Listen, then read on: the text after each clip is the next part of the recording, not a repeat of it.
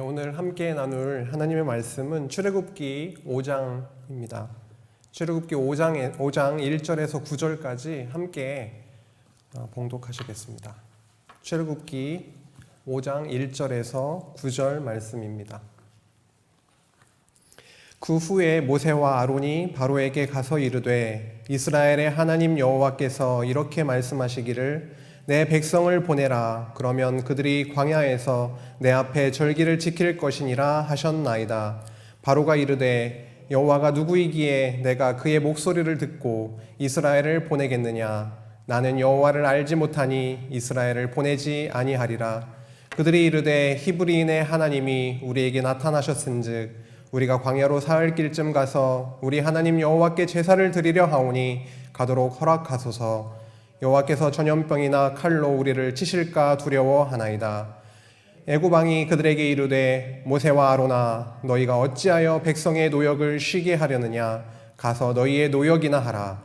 바로가 또 이르되 이제 이 땅에 백성이 많아졌거늘 너희가 그들로 노역을 쉬게 하는도다 하고 바로가 그날에 백성의 감독들과 기록원들에게 명령하여 이르되 너희는 백성에게 다시는 벽돌에 쓸 집을 전과 같이 주지 말고 그들이 가서 스스로 집을 줍게 하라. 또 그들이 전에 만든 벽돌 수요대로 그들에게 만들게 하고 감하지 말라. 그들이 게으름으로 소리질러 이르기를 우리가 가서 우리 하나님께 제사를 드리자 하나니 그 사람들의 노동을 무겁게 함으로 수고롭게 하여 그들로 거짓말을 듣지 않게 하라. 아멘. 네, 오늘은 출애굽기 말씀을 함께 나누게 되었습니다. 여호와께서는 애굽의 학대 속에서도 이스라엘 자손을 번창시켜 주셨고 더욱더 강하도록 그렇게 만들어 주셨습니다. 그리고 여호와께서 이스라엘 자손을 이끌어갈 모세를 소명하는 과정에 있어서도 모세가 왕궁에 있었을 때에 40년 동안 왕궁에서 지냈을 때, 즉 그가 강하고 그가 의가 충만해 있을 때에, 그가 힘이 있을 때에 그를 부른 게 아니었습니다. 언제 모세를 불렀습니까? 죽음을 피해서 미디안 광야로 피신했고 거기에서 40년이라는 시간을 지내고 난 후에 부르셨습니다. 모세가 약할 때, 모세가 낮아졌을 때, 그때 아무 힘이 없을 때에 여호와께서는 모세를 부르셨습니다. 그리고 부른 모세에게 소명을 하시는 과정에서 모세는 저는 할 수 없습니다 라고 하는 많은 핑계를 대고 있었죠. 그때 여호와께서 모세에게 걱정하지 마, 내가 너와 함께 할 거야 라고 하십니다. 그리고 너 말을 잘 못한다고 했지, 내 형 아론이 말을 잘하는데 내 입이 되어주게 할 거야 라고 하시면서 모세를 이끌어 주셨죠. 결국 약속하신 자손의 번창도 그렇고요. 그리고 소명하시는 그 소명을 수행하는 것도 그렇고 인간의 힘으로 그것을 해내는 것이 아니라 오직 여호와의 능력으로만 그것이 가능함을 보여주셨습니다. 이는 하나님께서 아브라함에게 세우셨던 자손 땅 통치에 그 하나님 나라에 대한 언약을 성취하시는 데 있어서도 여호와 하나님의 능력으로 내가 성취한다라고 하는 것에 대한 웅변이었습니다. 모형적인 하나님의 그 나라의 자손을 애굽에서 번창시켜 주셨죠. 그리고 이제는 그 나라를 이루게 하시려고 이제 약속하신 가나안 땅을 그들에게 주시려고 애굽 왕 바로에게 도전할 준비를 하게 하셨습니다. 오늘 함께 나누게 된 출애굽기 5장에서부터 7장 13절의 말씀을 보면은 여호와께서 애굽의 바로에게 도전하게 하시는 그런 과정에서 아주 평탄하게 진행되는 것이 아니라 과정에서 실패하게 하시고 원망하게 하시고 그런 과정을 두십니다. 그게 5장의 내용이에요. 그러나 여호와께서는 반드시 너희들의 힘으로는 그렇게 할 수 없지만 반드시 내가 승리하게 해주시겠다라는 언약을 해주십니다. 그게 6장에서 7장 13절까지의 말씀입니다. 그런데 전능하시고 주권자 되시는 여호와께서 섭리하시는 그 역사 섭리, 그 역사 섭리를 보면은 일반적으로는 아스팔트 도로면처럼 굉장히 평탄하고 아무 어려움 없이 지나갈 것 같은데 전혀 그렇지 않다라는 겁니다. 오히려 죄가 드러나게 하시고요. 오히려 낮추시고요. 오히려 실현의 과정을 과정을 두신다라는 것입니다. 이 실현의 과정, 낮아지는 과정, 그 죄가 드러나는 폭로되는 과정은 우리 학생들이 듣고 싶으면 듣고 듣지 않고 싶으면 듣지 않아도 되는 그런 선택 과목이 아니고 필수 과목이라는 겁니다. 빠질 수가 없는 과목이라는 거죠. 언약자손이 하나님 앞으로 나아가게 하시고 의지하게 하시고 하는 그 원동력이 바로 이 필수 과목, 낮아지게 하시고 자신의 죄를 드러나게 하시고 하는 이 과정이 바로 여호와 하나님을 의지하고 경외하게 하시는 그 원동력이 됩니다. 오늘 본문을 통해서 확인해 가면서 나누도록 하겠습니다. 출애굽기 5장에서 10장까지가 그 애굽을 향해서 이제 도전하게 하시는 그런 내용입니다. 먼저 5장에 들어가기에 앞서서 지난번에 주일날 함께 나누었던 내용인데 출애굽기 4장 마지막 부분에 어떤 내용이 나오냐면 그 모세의 아들 게르솜의 할례 문제 때문에 여호와께서 모세를 죽이려고 하셨던 사건이 있었습니다. 이 사건을 통해서 하나님은 모세에게 여호와는 언약의 하나님이다. 언약의 하나님 여호와를 기억나게 해주셨습니다. 왜요? 할례는 언약의 징표이거든요. 내가 이제는 언약을 기억하고 너희들의 부르짖음을 내가 기억하고 이제 그 언약을 성취하기 위해서 너를 불러서 보내는데 이제 가기 전에 아들 게르솜의 할례를 들어서 언약의 여호와 하나님, 그 여호와 하나님께서 세우신 그 약속을 이제 이루려고 하시는구나라고 하는 것을 떠올리게 하신 거죠. 그리고 나서 모세와 아론은 이제 백성에게 나아가게 됩니다. 여호와께서 이스라엘 자손을 너희들을 찾으셨다. 그리고 너희들의 고난을 살피셨다라고 하는 것을 백성에게 이렇게 전해주자 그 백성들의 마음이 어땠겠습니까? 우리의 조상의 하나님 여호와께서 우리를 살피시고 우리의 고난을 이렇게 지금 바라보고 계시는구나 라고 하는 소식을 듣고 모든 그 백성들이 여호와 하나님 앞에 어떻게 해요? 경배했다라고 머리 숙여 경배했다라고 합니다. 모세는 백성들에게 나아가는 것조차 두려워했어요. 나는 할 수 없습니다라고 했지만 결국 주저주저하며 나아가지 못했던 모세이지만 모세가 여호와 하나님의 말씀을 들고 그들에게 나아가서 선포했을 때에 하나님은 백성들의 마음을 이렇게 당신을 경외하는 마음으로 바꿔주신 것을 확인할 수가 있습니다. 이제 5장으로 들어갑니다. 그 할례의 내용을 통해서 여호와 하나님이 이제 언약 성취의 그 역사 섭리를 이끌어 나가시는구나. 어떤 내용입니까? 5장이 여호와 하나님의 명으로 이제 애굽 왕 바로에게 도전에 들어가는 겁니다. 근데 여호와 하나님께서 당신의 명으로 애굽을 향해서 도전하게 하는데요. 여호와의 명으로 도전을 하는데 아까 잠시 언급을 했었죠. 그 도전의 과정이 어땠다라는 겁니까? 아스팔트 도면이처럼 쫙 평온한 그런 그 진행이 아니라 도전을 하는데 과정이 어떻게 된다는 거죠? 실패를 겪게 하는 거고요. 그 다음에 원망을 합니다. 백성들이요. 그래서 기도하게 되는 과정으로 이어지게 됩니다. 도전을 하는데 과정상 실패한 것처럼 보이고, 그리고 원망하기도 하고, 그리고 기도하게 하시는 그런 과정이 5장의 내용을 타고 흘러가고 있습니다. 백성에게 나아간 모세는 그 5장부터 여호와의 명에 따라 바로에게 이제 도전해 들어가고 있습니다. 그러나 바로의 반응은 어땠나요? 굉장히 시큰둥했습니다. 출애굽기 5장 1절에서 2절 말씀, 아까 함께 봉독했던 말씀인데요. 그 후에 모세와 아론이 바로에게 가서 이르되 이스라엘의 하나님 여호와께서 이렇게 말씀하시기를 내 백성을 보내라. 그러면 그들이 광야에서 내 앞에 절기를 지킬 것이니라 하였나이다.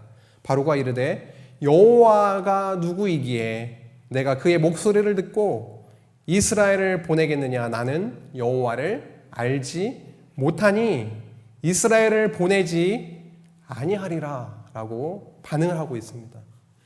내가 여호와 하나님이 누군 줄 알고 지금 돈덩어리들을 보내겠느냐라고 하는 거죠. 이스라엘 자손들은 바로 왕에게 있어서는 굉장히 유익한 존재들이었습니다. 그렇죠? 노동력만 따져도 굉장하죠. 내가 여호와를 알지 못하는데 뭘 보내겠느냐라는 것이죠. 근데 이 반응은, 이 대답은 앞으로 완전히 바꿔놓으실 겁니다. 이 대답의 내용을요. 뒤에 살펴보겠지만 7장 5절에 보면은 이제는 내가 내 손을 애굽 위에 펴서 이스라엘 자손을 이 땅에서 인도하여 낼 때야 애굽 사람들이 나를 여호와인 줄 알게 될 거다라고 말씀을 하고 있어요. 바로는 지금 알지 못한다고 하지만 이제 알게 될 겁니다.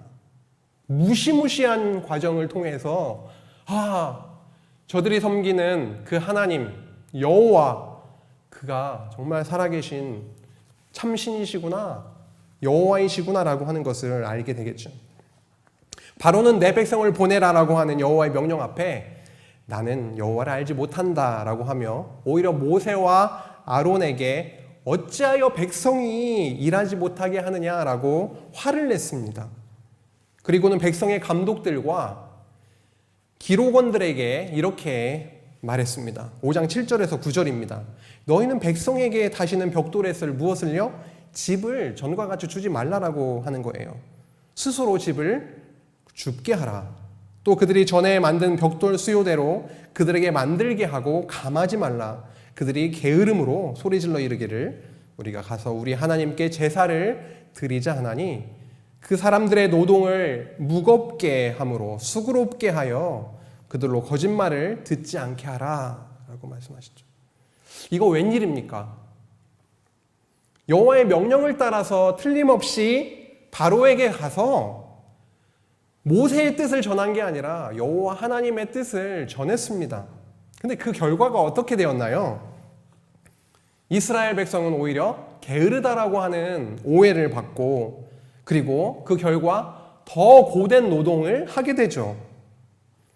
이거 혹을 하나 좀 때려 갔는데 혹을 하나 꽝 붙이고 온 격이 됐습니다.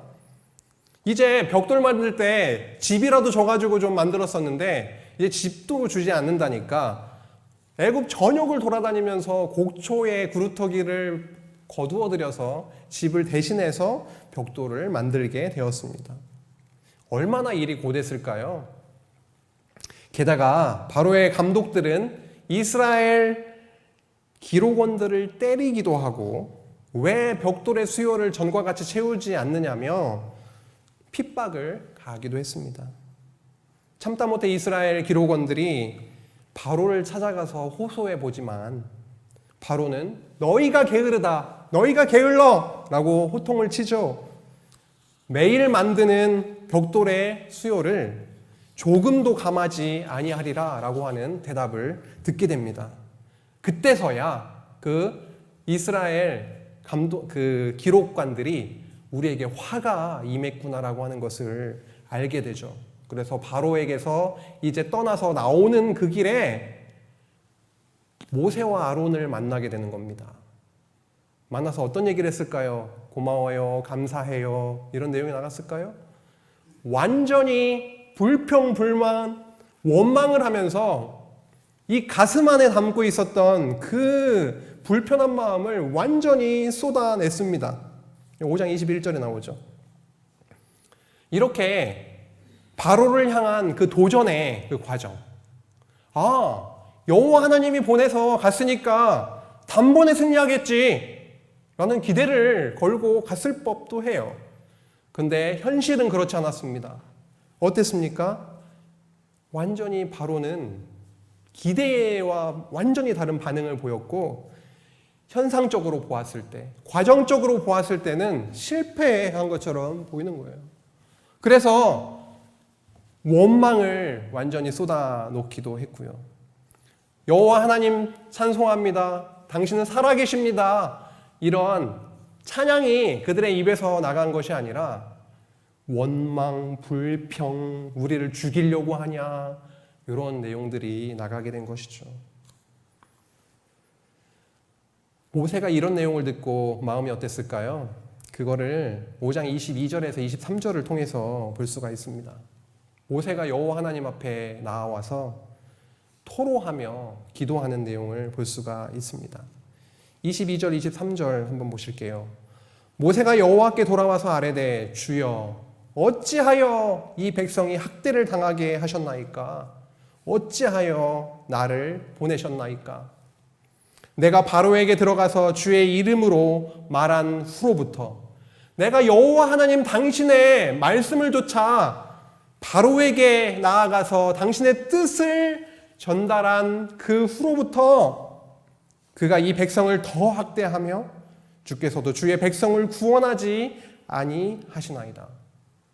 당신이라도 우리를 구원해 주셔야 되는데 왜 가만히 계십니까? 라고 하는 간구, 토로하면서 그렇게 기도를 합니다. 여호와께서 명해서 도전하게 하셨으면은 그 도전이 술술 풀려나가는 게 좋지 않겠냐라고 다들 생각할 겁니다. 왜 오히려 학대가 더 심해지느냐라는 거죠. 이런 내용을 읽고 있다 보면 우리 성도들도 고개를 갸우뚱하게 됩니다. 왜 그러지? 그래서 잘 이해가 안 돼. 잘 받아들여지지 않기도 하죠. 그런데 모세 역시도 그러했는가 봅니다. 어찌하여를 두 번이나 반복하면서 어찌하여 이 백성을 학대를 당하게 합니까? 어찌하여 나를 보냈습니까? 라고 하면서요. 그런데 이렇게 될 것을 미리 여호와께서는 누구에게 이미 얘기를 했다고요? 모세에게 이미 이렇게 될 것을 얘기를 했습니다. 말씀을 하셨어요. 내가 바로의 마음을 완악하게 할 것이기 때문에 너가 그에게 가서 이스라엘 자손들을 보내달라 하여도 그가 보내지 않을 거다라고 4장 21절에 이미 말씀을 하셨습니다. 그런데 모세는 여호와께서 하신 말씀을 어떻게 해요? 잊어버리고 잊고 눈앞에 보이는 현실 상황만 보고 불만을 토로한 것이죠. 이는 분명한 지도자 모세의 불신앙적인 모습을 보여주시고 있습니다. 누가 봐도 표면적으로는 굉장히 참담한 상황이었습니다. 소망이 없어 보였어요. 그러나 이렇게 섭리하시는 목적은 바로가 다스리는 애굽으로부터의 해방이 생육번성해가지고 나름의 힘을 가지고 있는 이스라엘 백성에 의해서 그 출애굽이 가능한 것이 아니라 여호와 하나님의 능력과 은혜로만 너희가 출애굽할 수 있다라는 것을 깨닫게 하시기 위함입니다. 이에 대해서 6장 1절에 여호와께서 분명히 밝혀주고 계신데요. 6장에서 7장 13절까지는 여호와께서 이스라엘의 승리를 언약해 주십니다. 이렇게 여호와의 명으로 가서 도전을 했는데 실패하고 원망 가운데 이렇게 기도하게 하시더니만 이렇게 겉으로 지금 표면적으로 과정적으로는 실패한 것처럼 보이지만 그게 실패가 아니라 당신의 언약을 말씀하시면서 내가 분명히 승리하게 해주겠다라고 언약해 주시는 거죠. 6장 1절을 함께 읽겠습니다. 6장 1절입니다. 여호와께서 모세에게 이르시되 이제 내가 바로에게 하는 일을 내가 보리라. 강한 손으로 말미암아 바로가 그들을 보내리라. 강한 손으로 말미암아 바로가 그들을 그의 땅에서 쫓아내리라 라고 하십니다. 내가 라고 하십니다. 다른 어떠한 존재가 아니라 내가 바로에게 하는 일을 내가 보게 될 것이다. 어떤 손으로 하시죠? 강한 손으로. 여호와 하나님의 강하신 그 손으로 바로에게 내가 행하는 그것을 너는 보게 될 것이다 라고 말씀하십니다. 애굽은 어떤 나라인가요? 애굽은 어떤 나라인가요? 애굽은 참신 여호와가 아니라 이방신들을 섬기고 있는 나라입니다. 그렇죠. 애굽은 참 왕 여호와가 아니라 인간 왕 바로가 통치하고 있는 나라입니다. 그렇다 보니까 애굽은 참 안식이 아니라 고통과 학대가 계속 이어지고 있는 그런 나라였어요. 그런데 이제 여호와께서 어떻게 해요? 내가 강한 손으로 이제 애굽에서 아까 5장 1절에 이스라엘 자손을 뭐라고 불렀습니까? 여호와께서 5장 1절에 내 백성이라고 부르셨죠. 이제는 내가 나의 강한 손을 펴서 내 백성을 구원하겠다고 말씀하시는 겁니다. 죄악의 도성, 이방신을 섬기는 그곳, 그 죄악의 도성 애굽으로부터 이스라엘 자손을 구출해내는, 구원해내는 그 주체가 모세도 아니고요. 생육번성한 이스라엘 자손들도 아니고요. 오직 여호와 하나님, 그분이 주체가 되셔서 이제 그 일을, 구원의 역사를 이루어 나가시겠다라고 하는 것이죠. 그리고 나서 2절부터 9절까지 이어지는데요. 여호와께서 세우신 그 언약을 이루심으로 내가 여호와인 것을 알게 하겠다라고 선포하시는 내용이 그 뒤에 쭉 이어지고 있습니다. 이 부분은 너무 중요해요. 성경에 중요하지 않은 부분이 있진 않겠지만 출애굽기 6장은요 굉장히 특징적입니다. 이 부분이 6장 2절에서 8절까지 여기에는 지금 이렇게 살짝 눈으로 보셔도 많이 보이는 단어가 여호와라고 하는 단어가 보이실 겁니다. 하나님의 이름 여호와가 여기에 집중적으로 나오고 있습니다. 그리고 그 여호와의 이름의 뜻이 무엇이냐라고 했을 때 그 의미를 이 내용을 통해서 도출해낼 수 있고 그 여호와라는 이름이 언약과 직결되어 있구나 라고 하는 것을 이 내용들을 통해서 알 수가 있습니다. 2절부터 8절을 보면은 여호와나 아니면 언약이라는 단어가 적어도 한 번 정도씩은 다 들어 있습니다. 나는 여호와라 라고 하는 말씀 2절로 나는 여호와라 라는 말씀으로 시작을 해서 8절에 나는 여호와라 라고 하는 말씀으로 끝맺어지고 있습니다. 한번 좀 적어보죠. 2절에 보시면 하나님이 모세에게 말씀하여 이르시되 나는 여호와다 라고 합니다.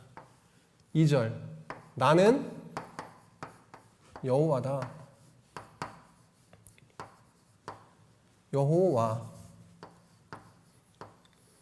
여호와라.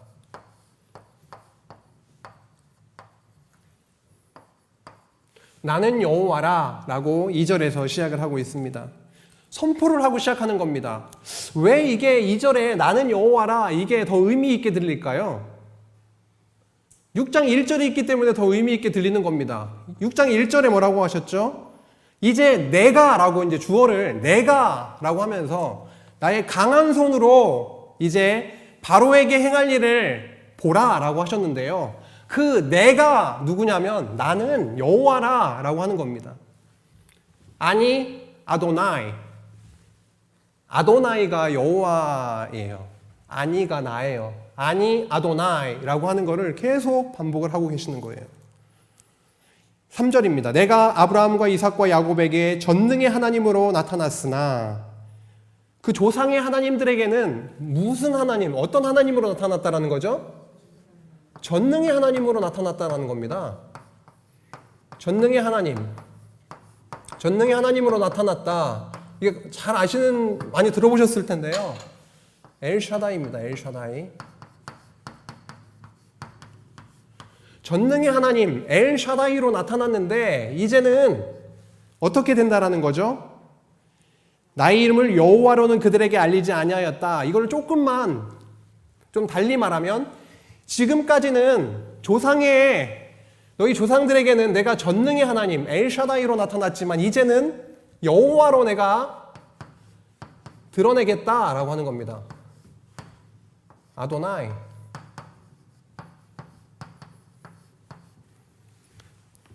4절로 넘어가면요. 가나안 땅 곧 그들이 거류하는 땅을 그들에게 주기로 그들과 뭘요? 언약했다라고 합니다. 언약했다라고 하죠. 언약이 나오고 있습니다. 5절로 넘어가면 이제 애굽 사람이 종으로 삼은 이스라엘 자손의 신음소리를 내가 듣고 무엇을 기억했다라고 하는 거죠? 나의 언약을 기억하노라 합니다.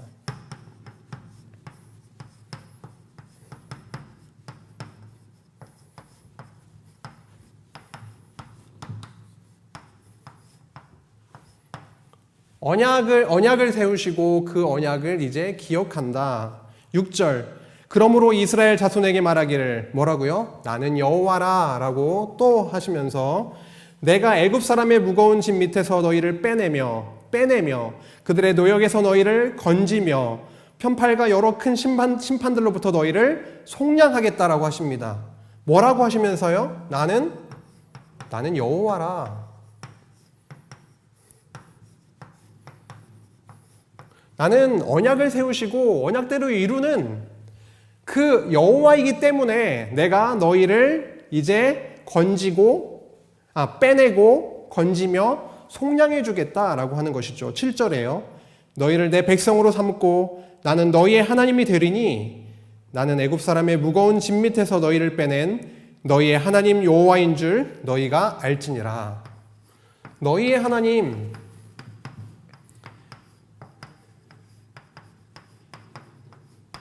여기서 너희의 하나님이 전에는 전능의 하나님으로 나타났었지만 엘샤다이로 나타났었지만 여기에서 너희의 하나님은 이제 이 전능의 하나님이 아니라 이제는 너희의 하나님 여호와인 줄 너희가 알지라. 너희의 하나님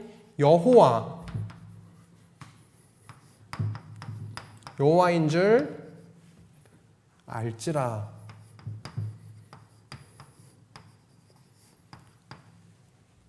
6장. 여호와 전능의 하나님으로 나타났지만 지금까지는 너의 조상들에게는 이제는 여호와로 내가 이제 나타내겠다. 그런데 언약을 세웠고 그 언약을 기억한다.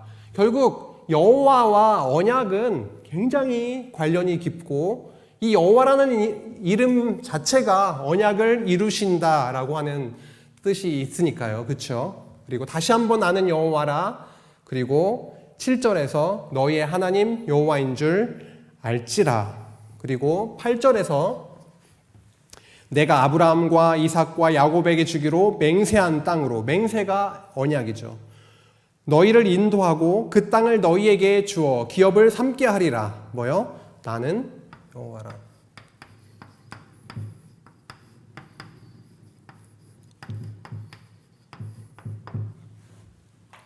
그래서 나는 여호와라, 나는 여호와라 이렇게 반복이 되고 있는 6장 2절에서 8절의 말씀입니다. 사실 그냥 읽고만 넘어갈 수는 있지만 한번 이렇게 적어놓고 보는 것도 의미가 있어 보이죠. 정말 그 하나님은 단순히 능력이 많으신 엘샤다이, 전능의 하나님이 아니라 한번 이렇게 언약하시면 반드시 그 언약을 지키시는, 기억하고 지키시는 여호와이시구나. 그래서 이제 백성들에게 내가 여호와인 줄 알게 하겠다. 나는 여호와다. 이렇게 다시 한번 뒤에 방점을 찍고 있습니다. 구약 성경 전체가 하나님이 언약대로 성취하시는 여호와이신 것을 확증해 주는 말씀입니다. 하지만 출애굽기 6장 말씀이야말로 하나님의 여호와이심을 강조하는 말씀입니다. 하나님께서는 아브라함과 이삭과 야곱에게 세우신 언약을 기억하셨다라고 하시죠. 기억하시고 이제 내 백성, 다른 백성이 아니라 나의 백성을 애굽의 무거운 짐 밑에서 이제 빼내어 맹세하신 땅, 언약하신 땅, 그 가나안으로 인도하시겠다라고 하시죠. 그래서 이제부터는 전능한 하나님이 아니라 이제 여호와로, 신실하신 여호와로 그렇게 알게 하시겠다라고 하십니다. 이런 여호와의 말씀은 학대와 고통 속에 있는 이스라엘 자손들에게 있어서는 복음과 같았을 겁니다. 그렇지 않을까요? 복음과 같은 말씀이죠. 고통 가운데 있는 그들에게 이제 너희를 빼낼 거다. 애굽의 그 고통 속에서 너희를 빼낼 거다라고 하는 내용인데, 참 신기하게도 9절에 보면 이스라엘 자손들은 모세의 말을 잘 들었다라고 적혀 있는 것이 아니고 말을 듣지 않았다라고 적혀 있습니다. 참 신기하죠.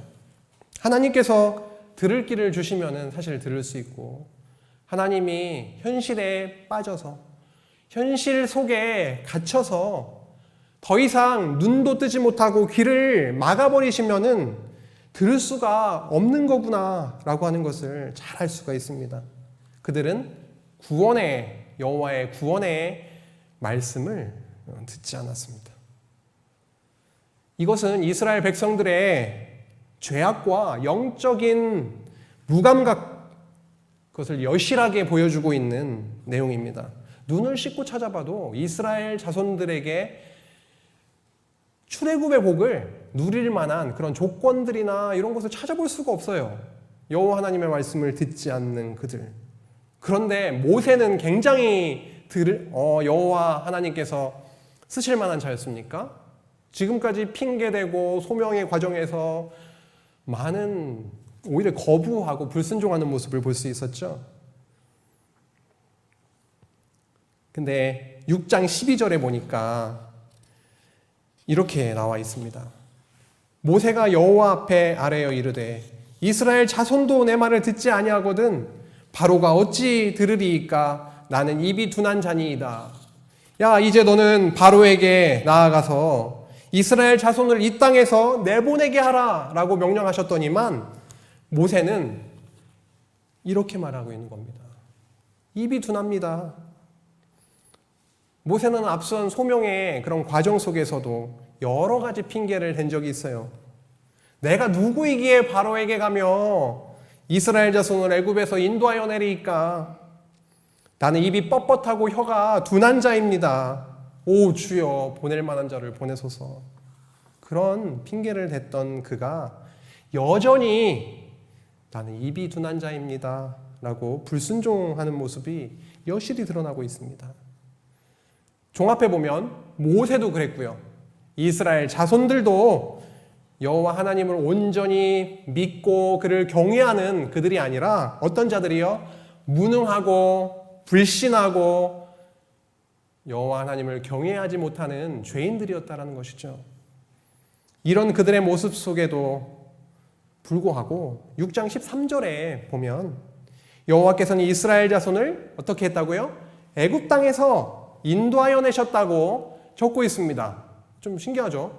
아직 인도하여 내지 않았는데 인도하여 내셨다라고 적고 있는데요.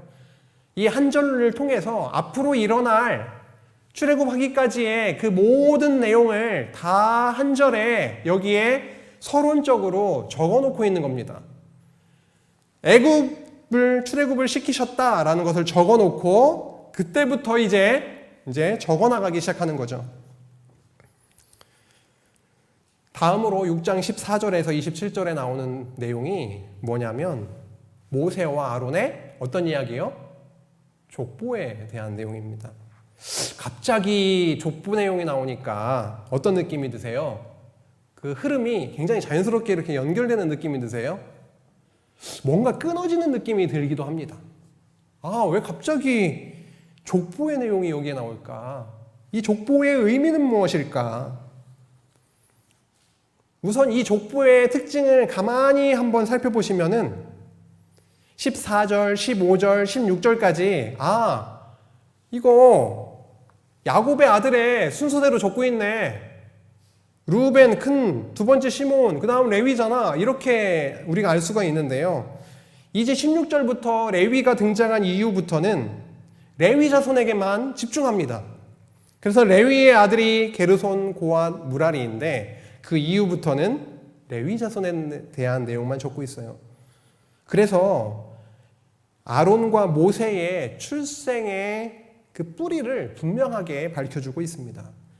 레위로부터 시작해서 고핫, 아므람, 아론과 모세 이렇게 연결되고 있는 것이죠. 6장 26절에서 27절을 보시면 이스라엘 자손을 애굽에서 인도하라는 명을 받은 자도 아론과 모세였다. 바로에게 이스라엘 자손을 애굽에서 내보내라 말한 사람도 모세와 아론이었음을 밝히면서 그들이 레위 자손이었구나라고 하는 것을 이렇게 연결시키고 있어요. 레위 자손은 어떤 자들입니까? 앞으로 어떤 자들이에요? 제사장 지파이죠. 그래서 백성의 죄를 속하는 제사장 직임을 감당하게 될 자들이에요. 그래서 죄악의 도성, 이방신을 섬기고 있는 이 애굽에서 이스라엘 백성들을 이끌어낼 지도자로서 이 죄악의 도성에서 이끌어낼 자유를 그들에게 줄 그 지도자로서 레위 지파 출신의 모세와 아론은 적임자인 겁니다. 그것에 대해서 지금 여기에서 지금 이야기를 해주고 있어요. 보면은 6장 14절에서 27절까지 지금 저희들이 살펴본 거죠. 분명히 그 바로 전에 모세는 입이 둔한 자입니다 라고 했지만 13절에 여호와께서 모세와 아론에게 말씀하사 그들로 이스라엘 자손과 애굽 왕 바로에게 명령을 전하고 이스라엘 자손은 애굽 땅에서 인도하여 내게 하시니라 라고 이렇게 그렇게 하셨다라는 것을 말씀하신 이후에 어떻게 해요? 여호와께서 레위 자손의 지도자인 모세와 아론을 세워서 그렇게 하셨다라고 하는 것이죠. 그래서 이 부분이 이게 끊기고 부자연스러운 지금 흐름이 아니라 흐름상 아론과 모세가 어디 출신으로부터 와서 어떤 역할을 할 자들이구나 요거를 알려주고 있는 내용으로서 어떤 끊기는 게 아니고 잘 연결되고 있음을 볼 수가 있습니다. 그런데 레위 자손의 지도자인 모세가 다시 입이 둔합니다 라는 핑계를 대면서 여호와 하나님의 명령을 거절하고 있습니다. 28절에서 30절에 나오죠. 그러나 여호와께서는 이런 모세를 바로에게 신같이 하였다라고 합니다. 바로에게 신과 같은 자로 만들었다. 그리고 내 형 아론을 너가 입이 둔하고 말을 잘 못한다고 하는데 너의 형 아론을 어떻게 해요?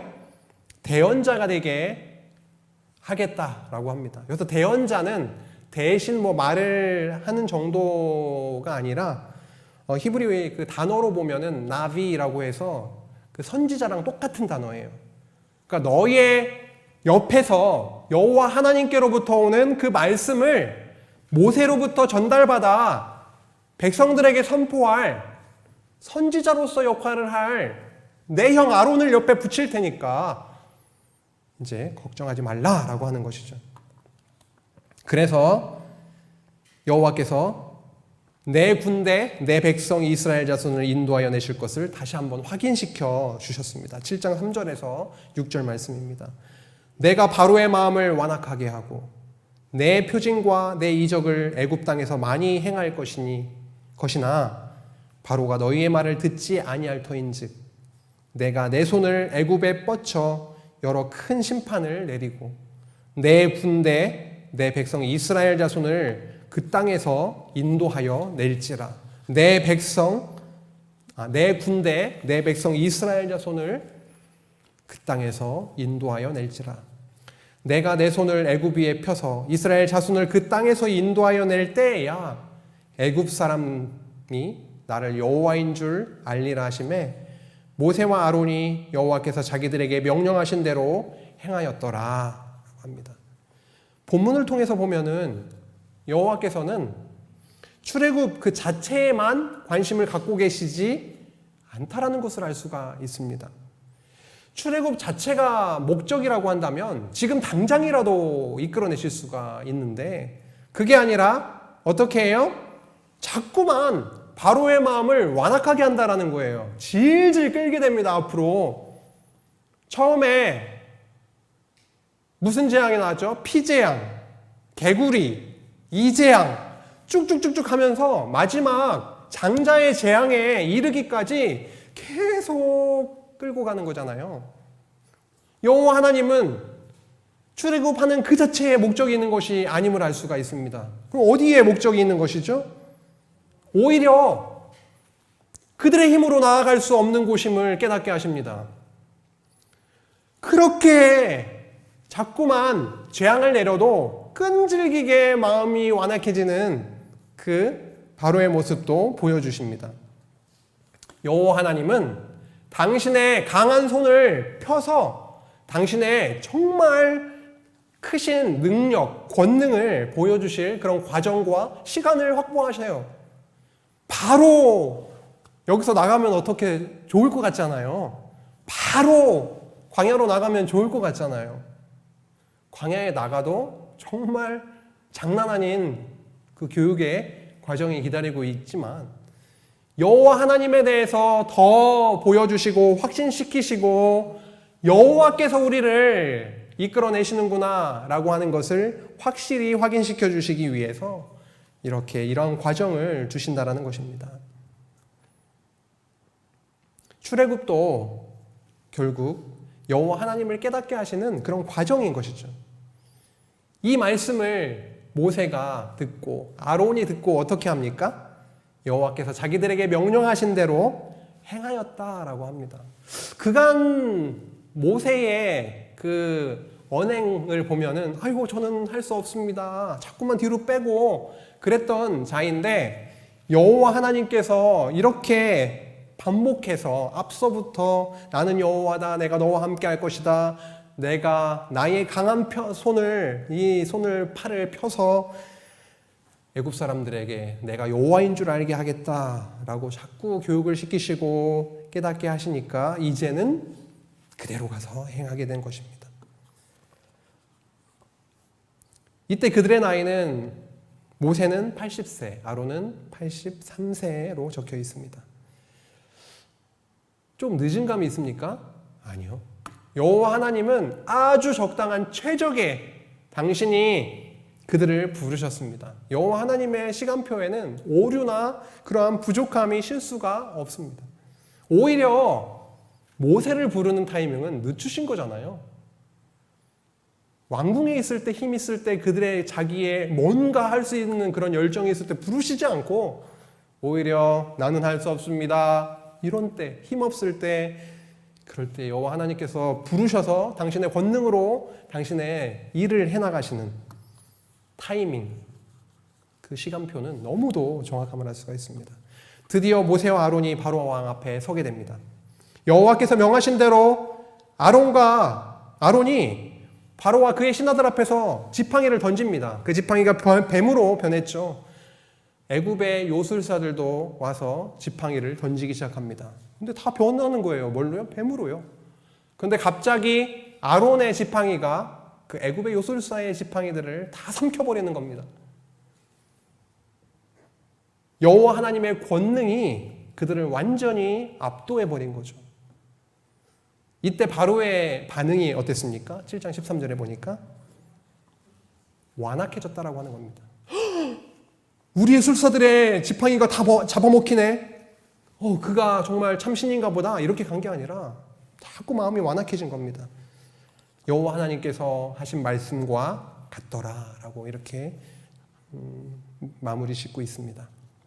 이제 앞으로 모세와 바로 사이에는 아주 치열한 싸움이 벌어지게 될 겁니다. 바로 왕의 그 완악함은 피재앙으로부터 장자의 죽음에 이르기까지 계속 이어질 것이지만 결국은 여호와 하나님의 권능으로 그 전쟁에서, 싸움에서, 그 도전에서 승리하게 하실 것입니다. 오늘 출애굽기 5장에서 7장 13절까지의 말씀은 여호와께서 모세와 아론이 애굽 왕 바로에게 도전하게 하시는 내용이었습니다. 아브라함에게 세우셨던 자손 땅 통치에 그 하나님의 나라에 관한 그 언약대로 자손도 번창시켜 주셨잖아요. 이제는 그 땅에서 이끌어내어서 이제 약속하신 그 가나안 땅으로 옮기시겠다라고 하시는 거죠. 그래서 도전하게 하신 거였습니다. 그런데 모세와 아론이 바로에게 도전하는 그 과정이 순탄했나요? 그렇지 않았습니다. 오히려 더 핍박을 받았습니다. 오히려 더 고된 노동을 해야 되겠습니다. 그렇죠? 오해도 받았고요. 게으르다. 그래서 더 무거운 짐을 지게 되었습니다. 편안해지기는커녕 더 힘들어지게 되었죠. 여호와의 말씀을 따라 도전을 했잖아요. 그런데 결과는 과정상으로 봤을 때는 실패한 것처럼 그렇게 그들에게 다가왔고 원망을 토로할 수밖에 없는 그런 상황으로 치달아갔습니다. 이스라엘 자손이 원했던 방식으로 그렇게 흘러가지 않았어요. 여호와께서 출애굽을 위한 도전의 과정에서 겪게 하시는 이러한 상황을 우리는 어떻게 해석하고 이해해야 되는 것일까요? 여호와께서 세우신 하나님의 나라에 관한 언약의 성취가 인간 모세와 아론에게 혹은 생육 번성한 이스라엘 자손에 의해서 될 수 없음을 확증시켜 주시는 과정입니다. 오직 여호와 하나님의 주권과 그 여호와 하나님의 능력으로만 그 약속하신 나라가 이루어질 수 있는 것이구나라고 하는 것을 깨닫게 해주시는 과정입니다. 애굽에 도전하는 그 과정. 모세와 이스라엘 자손은 그 과정 속에서 그 평탄하지 않은 소용돌이 속에서 그들의 의가 드러났나요? 아니요. 그들의 불편한 심기. 실패했구나. 죽이려고 하네 저 사람들이. 이러면서 오히려 불평불만하고 불순종하고 그런 그들의 죄악들이 아주 낱낱이 드러나는 그런 시간이었습니다. 그래서 인간에게는 소망이 없음을 깨닫게 해주시는 그런 시간입니다. 모세와 이스라엘 자손에게는 이제 더 이상 소망은 없지만 한 번 언약하시면 반드시 언약을 기억하시고 그 언약을 이루어 주시는 그 여호와께만 그 소망이 있음을 그들로 하여금 깨닫게 해주시는 거죠. 우리 신약교회 성도들의 삶을 한번 떠올려 보시면 좋겠습니다. 아니, 다 옆에 있는 지체들의 삶을 떠올릴 필요도 없습니다. 저희의 삶, 오늘의 삶, 어제의 삶, 우리 일주일간의 삶을 한번 떠올려 보시면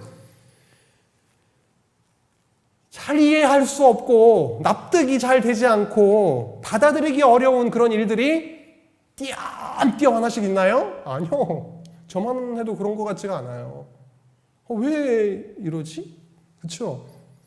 교회에서나 가정에서나 직장에서나 사회에서나 많은 일들이 일어나고 있습니다. 삶의 전 영역을 통해서 전방위적으로 그런 일들이 터지고 나에게 직접적인 영향을 미치고 있기도 합니다. 모세가 애굽 바로에게 도전한다라고 하는 것을 별 깊이 생각 없이 그 목적을 단순하게 생각한다면 도전했으니까 승리 이렇게 갈 겁니다. 그런데 여호와 하나님의 관심은 그 도전한 것에 대한 그 결과, 그 승리에 있는 것이 아니라 승리에 이르는 과정에서 여호와 깨닫기, 여호와 경외하기, 이거에 관심이 있으신 거예요. 우리 성도들의 삶에서도 역시 마찬가지입니다. 교회 일을 잘 열심을 내서 잘하고 직장 생활을 잘 해가지고 그럴듯한 결과를 그렇게 만들어내는 것이 우리의 삶의 목적이 아니라 그 과정을 통해서 오히려 많은 우여곡절을 통해서 우리의 죄악을 깨닫고 우리의 부족함을 깨닫고 오직 그리스도 앞으로 나아가게 하셔서 그리스도 안에서 안식을 누리고 발견되신 살아계신 여호와 하나님의 그 영광을 찬송하는 것이 우리의 삶의 목적입니다.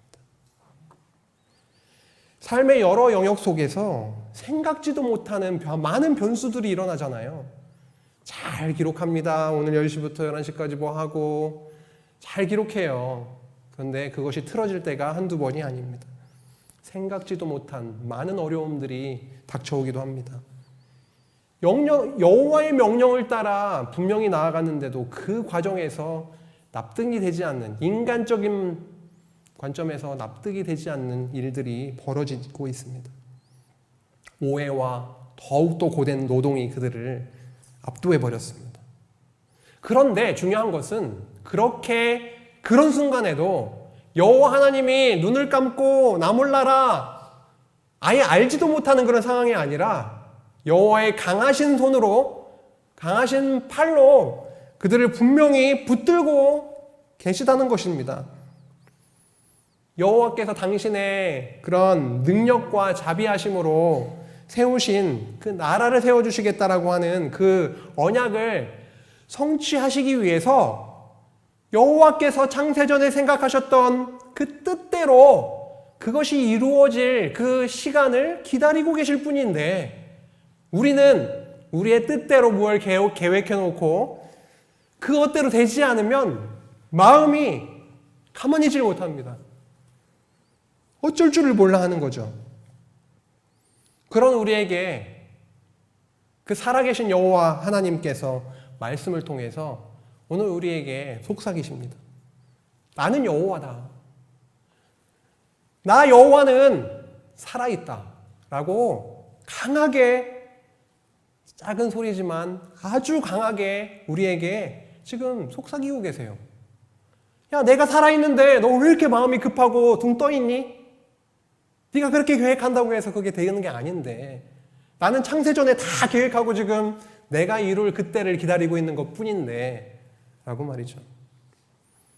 여호와께서 강한 손을 펴시고 언약자 손과 함께 하시고 은혜로 그들을 용서하시고 언약을 이루어 주셨던 것처럼 우리로 그리스도 안에서 내 백성, 내 아들로 삼아주시고 그 모든 것이 합력하여 하나님의 그 선하신 그 뜻이 이루어질 것을 믿고 안식 누리시는 남은 한 주 되시길 주님의 이름으로 간절히 소원합니다. 기도하시겠습니다. 하나님 아버지 감사합니다. 저희들 너무도 미약하고 벌레와 같은 저희들입니다. 여호와 하나님께서 살아계심을 고백합니다. 어느 곳에 있는 우리 지체들일지라도 이 시간 살아계신 여호와 하나님을 기억나게 하시고 그분의 놀라우신 능력과 권능과 자비하심과 신실하심을 저희들 잊지 아니하고 여호와 하나님만 붙들게 하시고 예수 그리스도 안에서 참 소망과 안식을 누릴 수 있는 그 은총을 저들에게 넘치도록 채워주시기를 간절히 빌고 원하오며 예수님의 이름으로 기도했습니다. 아멘.